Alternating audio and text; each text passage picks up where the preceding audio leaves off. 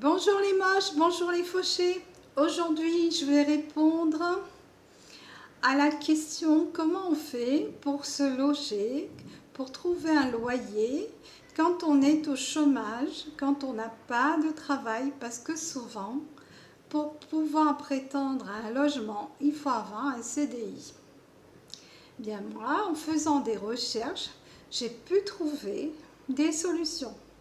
Je ne dis pas que ces solutions sont magiques, je ne sais pas si ça va vous convenir, mais essayez de rester jusqu'à la fin. Parce que c'est peut-être des leviers que vous pouvez demander. Alors, en fait, ce qui se passe, c'est quand on a moins de 30 ans, je dis bien moins de 30 ans, quand on a moins de 30 ans, entre 18 et 30 ans, on a droit à avoir un garant. Et ce garant, ce sera l'État. Quand on n'a pas d'autres garants comme nos parents ou d'autres personnes, on peut faire de la demande à l'État. Et comment on fait la demande à l'État? C'est en remplissant le dossier VISALE, V-I-S-A-L-E. Alors, que vous soyez au chômage, au RSA, que vous soyez étudiant, que vous soyez aussi à mi-temps, eh bien, vous y avez droit. Mais il y a certaines conditions. Quelles sont les conditions? Alors, il ne faut pas que le loyer, le prix, le montant du loyer dépasse le tiers de ce que vous touchez. Je sais, ce n'est pas évident. Imaginons que vous avez un loyer qui coûte 500 €, que vous voulez entrer dans un loyer à 500 € et que vos allocations chômage arrivent à 1000 €. Je donne un exemple. Et puis, vous voyez qu'en rentrant dans ce loyer, vous aurez droit, en faisant une simulation sur la CAF, vous aurez droit à un APL qui arrive à 200 €. Et puis, vous avez droit aussi, en général, aux allocations familiales ou d'autres revenus. Eh bien, si ça fait 1500 €, votre dossier va être accepté. Mais il faut faire la demande. Et par rapport à Visal, ce qui est très bien, c'est qu'en fait, Visal, ce qu'il va faire, c'est que l'État porte garant pour vous. Donc, ça va donner confiance au propriétaire. Et l'État porte garant pour jusqu'à 6 mois de loyer impayé. Donc, ça va conforter le propriétaire. J'ai oublié de dire que cette vidéo, elle s'adresse aussi aux propriétaires qui ne sont pas au courant des aides. Après, qu'est-ce qui se passe quand on n'a plus 30 ans? Quand on n'a plus 30 ans, il y a le VISAL qui marche toujours, le VISALE. L'État va toujours se porter garant. Sauf que là, si vous êtes au RSA, aux allocations chômage, vous ne pourrez plus y en profiter. Pourquoi? Parce que vous ne travaillez pas. Si vous ne travaillez pas après 30 ans, votre dossier sera refusé malheureusement. Il faut que vous travailliez, quel que soit votre revenu, il faut que vous travailliez pour avoir droit au VISAL quand vous avez plus de 30 ans. La bonne nouvelle pour ceux qui travaillent, c'est que vous n'êtes pas obligé d'avoir un CDI. Vous pouvez avoir un CDD.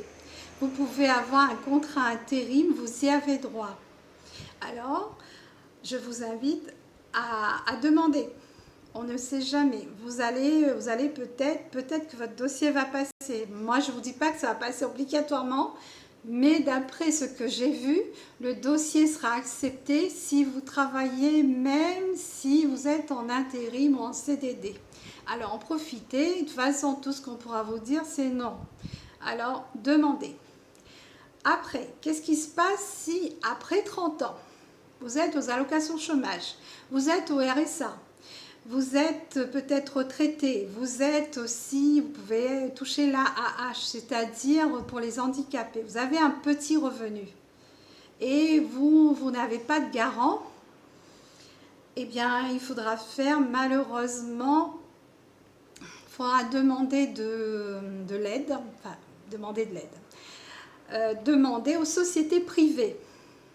il y a des sociétés privées qui peuvent se porter garant pour vous. Ils ne vont pas trop regarder votre situation. Ils vont plus vous demander que si par exemple vous payez un loyer de 600 euros, eux, vous devrez les payer entre 20 et 30 euros. Mais vous aurez un garant comme ça. Je peux vous donner 3 exemples de ces sociétés privées. Je ne vais pas faire de la publicité, de toute façon, je n'ai rien à gagner. Mais c'est juste pour vous aider, pour vous dire les pistes qu'il y a.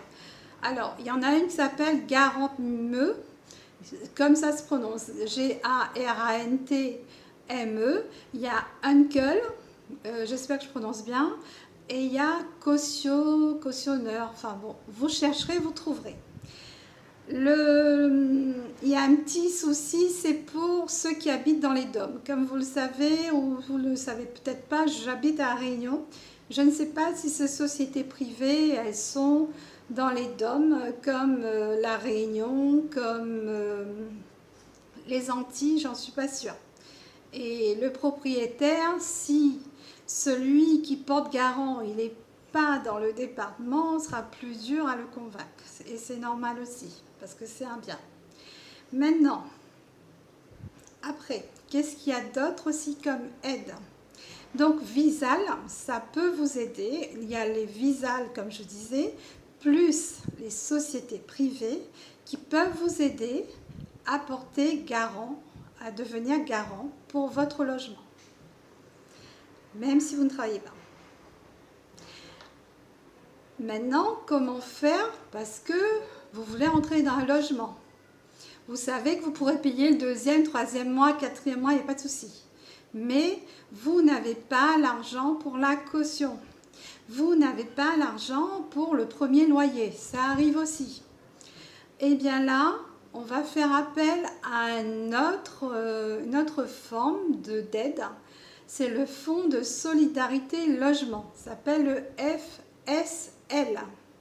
Le Fonds de solidarité de logement, c'est toujours l'État qui va vous aider à financer votre premier loyer, plus aussi les mois de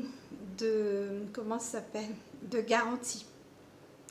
Je perds mes mots parce que, comme je vous dis, je n'ai pas de texte en face de moi. Donc, pour entrer dans le logement, que ce soit les mois de garantie et le premier mois, tout ça, ça peut être pris en charge par le FSL, le Fonds de solidarité logement. Recherchez sur Internet, vous trouverez les sites, vous verrez. Il y a des conditions, mais allez voir, peut-être que vous répondez aux conditions. Ce FSL, c'est adressé à qui? À tous les gens qui ont des petits revenus. Ça peut être aussi des retraités. Tout à l'heure, je n'ai pas parlé de retraités, mais le FSL, ça peut être aussi pour les retraités. Et ce qui est bien avec le FSL et le Visal, pour ceux qui peuvent profiter du Visal, c'est que on peut combiner les deux. Le FSL, ça va vous aider à payer, à financer votre entrée dans le logement, et Visal va vous aider à garantir auprès du propriétaire au cas où il y a un loyer impayé, un ou plusieurs loyers impayés. Et ça, le propriétaire y est sensible. Maintenant, je vais m'adresser au propriétaire. Je sais que ce n'est pas évident aussi en tant que propriétaire, vous pouvez galérer aussi. Ce n'est pas parce qu'on est propriétaire qu'on est riche, c'est vrai. Parce que ça, c'est des fausses idées. Souvent, vous avez hérité. Souvent, c'est un bien que vous avez investi dedans pour votre retraite ou pour essayer de vivre un peu mieux. Et puis, vous payez des impôts.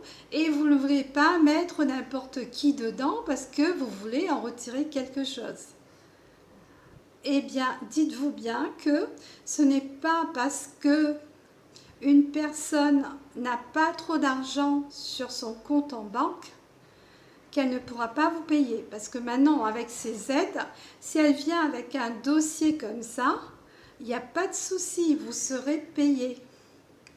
Et ce n'est pas parce que quelqu'un travaille, qu'il a un CDI, qu'il a un bon salaire, qu'il sera plus honnête qu'une personne qui a moins d'argent sur son compte en banque. Ce qui compte, c'est que la personne peut vous payer avec les aides ou sans les aides, mais que ça soit payé. Et ce qui est bien avec ces aides, l'aide au logement et tout ce que l'État donne, ces aides, vous allez les recevoir sur votre compte à vous. Ça ne va pas venir sur celui du locataire, ça va vous revenir à vous directement. Ce n'est pas le locataire qui va vous le verser. C'est ça que moi j'ai compris. Si j'ai mal compris, j'aimerais bien qu'on me le dise dans les commentaires, comme je dis souvent. J'ai trouvé des informations, mais s'il y a plus de précision à faire, eh ben, dites-le dans le commentaire. Moi, je dis, moi, c'est des pistes que je donne, mais cherchez.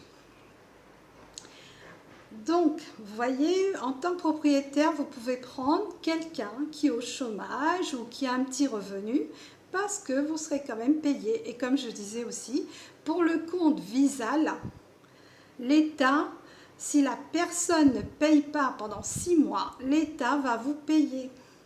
Donc, c'est bon de savoir ça aussi. Maintenant, je m'adresse à nouveau pour les personnes qui sont en demande de logement. Pour les personnes qui n'ont pas trop de moyens. Comment faire pour faire son dossier? Vous pouvez aller sur les sites. Mais souvent, quelquefois, on vous dit, ben oui, mais le dossier n'est pas complet. Alors, moi, je vous conseille d'aller au CCAS. C'est quoi le CCAS pour ceux qui ne savent pas? C'est un service social de la mairie. Ce service social de la mairie va vous aider à monter le dossier quand vous avez besoin pour un logement. Mais ça ne concerne pas que pour les logements. Ça peut être pour une aide alimentaire, pour une aide ponctuelle, financière, parce que vous traversez une mauvaise période. Le CCAS est là pour ça. Donc, allez-y au CCAS. Et en plus, quand vous allez au CCAS, si vous dites au propriétaire que vous êtes suivi par le CCAS, le propriétaire aura plus confiance encore. Donc, n'hésitez pas à aller demander à monter un dossier au CCAS. Je sais que ce n'est pas évident, mais chaque mairie a un service social, ce service social de la mairie. Ce que je veux dire aussi par rapport au CCAS, pour ceux qui le savent, le CCAS ou le service social de la mairie, il y a beaucoup de gens qui croient qu'il n'y a que les cas sociaux qui vont demander de l'aide là-bas. Ben, vous savez, ces cas sociaux, ce sont des êtres humains comme vous. Vous n'avez pas à les juger. C'est juste qu'ils ont des problèmes. Ils ont peut-être plus de problèmes que vous, mais ça peut arriver. Et vous, si vous avez eu un divorce, si vous avez eu un drame dans votre famille qui fait que vous devez changer de loyer, parce que votre loyer est trop cher, parce que l'entreprise où vous êtes a fermé, et que vous avez besoin d'aide, allez-y, mettez votre orgueil de côté, allez demander. Et ne vous dites pas que les gens vont vous juger. Si vous avez besoin de quelque chose, l'État a prévu cet outil-là pour que vous vous en sortiez. Cet argent que l'État nous accorde pour nous aider à sortir dans des situations, cet argent, c'est pas un cadeau, c'est les impôts. C'est les impôts que vous payez. C'est les taxes que vous payez quand vous payez votre eau, quand vous payez vos achats, quand vous faites, quand vous faites vos courses, vous payez des taxes. Et bien cet argent, ça vient de là. Donc c'est votre argent. Et n'ayez pas honte de demander, ne pensez pas que vous allez être jugé, vous êtes juste un humain qui a besoin d'aide à ce moment-là. Ne laissez pas votre ego vous dire qu'il ne faut pas y aller, surtout si vous avez des enfants. Pensez à vos enfants. Voilà, je veux pas faire la morale aux gens. Vous allez me dire peut-être que je suis la morale, je ne veux pas faire la morale, mais ce que je veux vous dire, c'est qu'il n'y a pas de honte à demander. Là, c'est pas une faiblesse de demander de l'aide, hein, tout simplement. La faiblesse, c'est que de savoir qu'il y a des aides et que notre orgueil nous empêche d'aller demander. Bon, ceci dit, j'espère que j'ai pu vous aider. J'espère qu'il y aura d'autres personnes, je dis toujours, j'espère qu'il y aura d'autres personnes qui vont faire ce genre de vidéo pour nous aider entre nous. Nous les moches, nous les fauchés, mais il faut qu'on avance, il faut qu'on reste debout, qu'on arrête de se plaindre, qu'on trouve des solutions. Et je vais faire d'autres vidéos pour d'autres solutions concrètes de la vie. Je vous remercie, je suis Nathalie de la chaîne Moche et Fauché, mais debout. Et je vous remercie de m'avoir écouté jusque-là. À bientôt.